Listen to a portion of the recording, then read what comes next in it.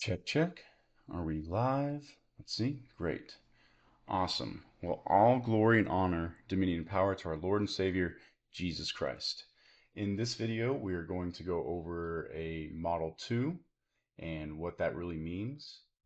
So let's just get into the technicals first and yeah, we'll get right at it. We'll keep it an accumulation model just to keep it consistent with how we did a Model 1 because it's the exact same thing if you just invert it and you're looking for a distribution. The price is coming into a point here. We get our tap 1. We go to our technical target, which is the top of the range. We would see a nice liquidity trail go all the way down. We get our tap 2, which is our deviation of tap 1. So we get tap 1, tap 2. And the only difference between a Model 2 and a Model 1 is our third tap. So what we look for in a Model 2 is we look for either extreme liquidity or extreme demand mitigation. I'll show you what that means here. Extreme liquidity in an accumulation is your next higher low. So it would be this point here. Liquidity. And say there was a really strong demand creation on this, say, structure demand, for example, right there. That would be, these were all points for your third tap. So you'd want to see price come into either the demand or the supply or both before you look for your breakout structure. I really don't like it when liquidity is beyond the supply or demand creation because it's just another reason for price to really become. Price seems to be more of a magnet towards liquidity points. So say I entered, uh, say price did something like this and it hit here and I was looking for a breakout structure here and I had my stop loss set to that little pivot point and I'm expecting this, but price has a really good reason to just drop all the way back here, stopping me out. And then I'm just looking. So in these cases, I'm pretty much still just looking for a Model 1, just to keep it safe. But there are a lot of times when you see price behave with a strong reaction from your second tap, and then you get your liquidity point. So you would have your demand creation here, your extreme liquidity point here, because extreme liquidity in an accumulation model is the next higher low. And in a distribution model, it is the next lower high. So it's opposite there. You just flip it and invert it, and it looks exactly the same. It's just it'd be a distribution model. So let's dive into an actual example of this. This chart was a little bit more complicated, which is kind of why I want to go over it because I ended up doing everything that I wanted it to do for Model 2. So this is AUD USD. I'm looking at the 3-day chart here, and you can kind of see there's no real bias, meaning it's not trending up, it's not trending down, it's just kind of ranging. Maybe there's a compression here, a price compression where it's just kind of like, come on, price compression where it's just, you can kind of see price starting to compress from there to there. And on lower time frames, price compressions are usually a sign of, just because you're getting liquidity on both sides, you're getting buy side liquidity and sell side liquidity. Buy side liquidity is taken out when price increases. Sell side liquidity is taking out when price decreases. But seen a nice little compression there, which really doesn't give us much on a local level, which is what we look for mostly in our trades, since you get the same RR. It's just the models complete themselves faster. So as I was doing some markings here, I found some demand POIs that made sense.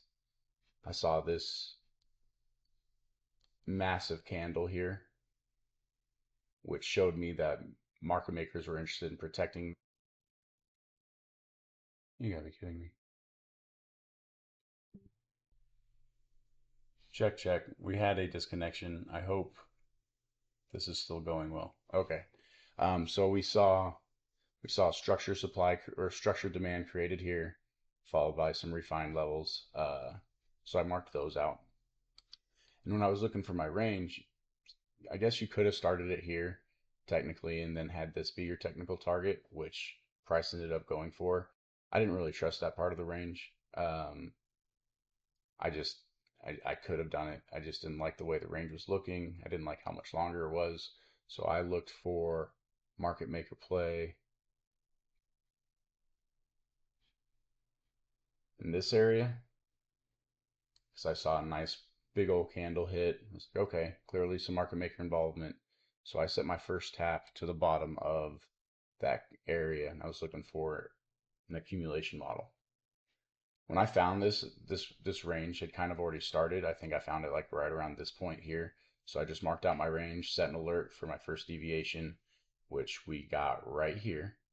So on our first deviation, we just always adjust the range to the second tap. I saw that this liquidity point was taken out by the second tap, which I also really liked, and we saw a nice reaction from the second tap. As price increased, I was thinking about, okay, maybe it's a really close Model 2 because we could use this as our extreme liquidity point. There was no demand creation that was significant for me to look at, but then price came down really aggressively. And when price does that and it's creating supply, you want to stay away because now you have an obstacle in your liquidity trail, or in TCT they call it a return to zone. You have an obstacle now. You have created supply, which price can always react from. And so I was just a little bit more patient. We did get a third tap for a Model 1 down here. Um, but still, I did not enter because I had this massive obstacle of supply. So I wanted to see what price did when it hit it. Price did tap into it. We got a slight reaction. We got some trill down. Um, I did mark out where more demand was created because second tap was really nice. Second tap ended up coming for this extreme demand here, and it took out these liquidity points.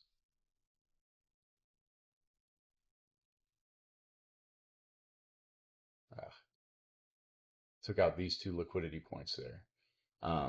So I was really happy with the second tap because now we have hardly any reason for price to go beyond, sorry, this third tap. It was the initial third tap. So now we have hardly any reason for price to go beyond this point. I just needed further confirmation because the supply creation, I marked out the created demand, some refined levels from that technical third tap right there. Saw some demand creation. Price went right for it, and we got a really strong reaction from there. My third tap in a Model 2 was right here. It's technically the fourth tap, or you can call it the test of a Model 1. But in just for context purposes, this is the third tap of a Model 2. So I'm looking at market structure as it comes in to the third tap of a Model 2.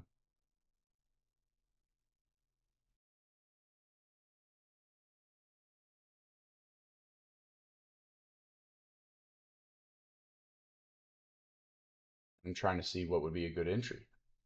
Um, at first, I was looking at something like this breakout structure here.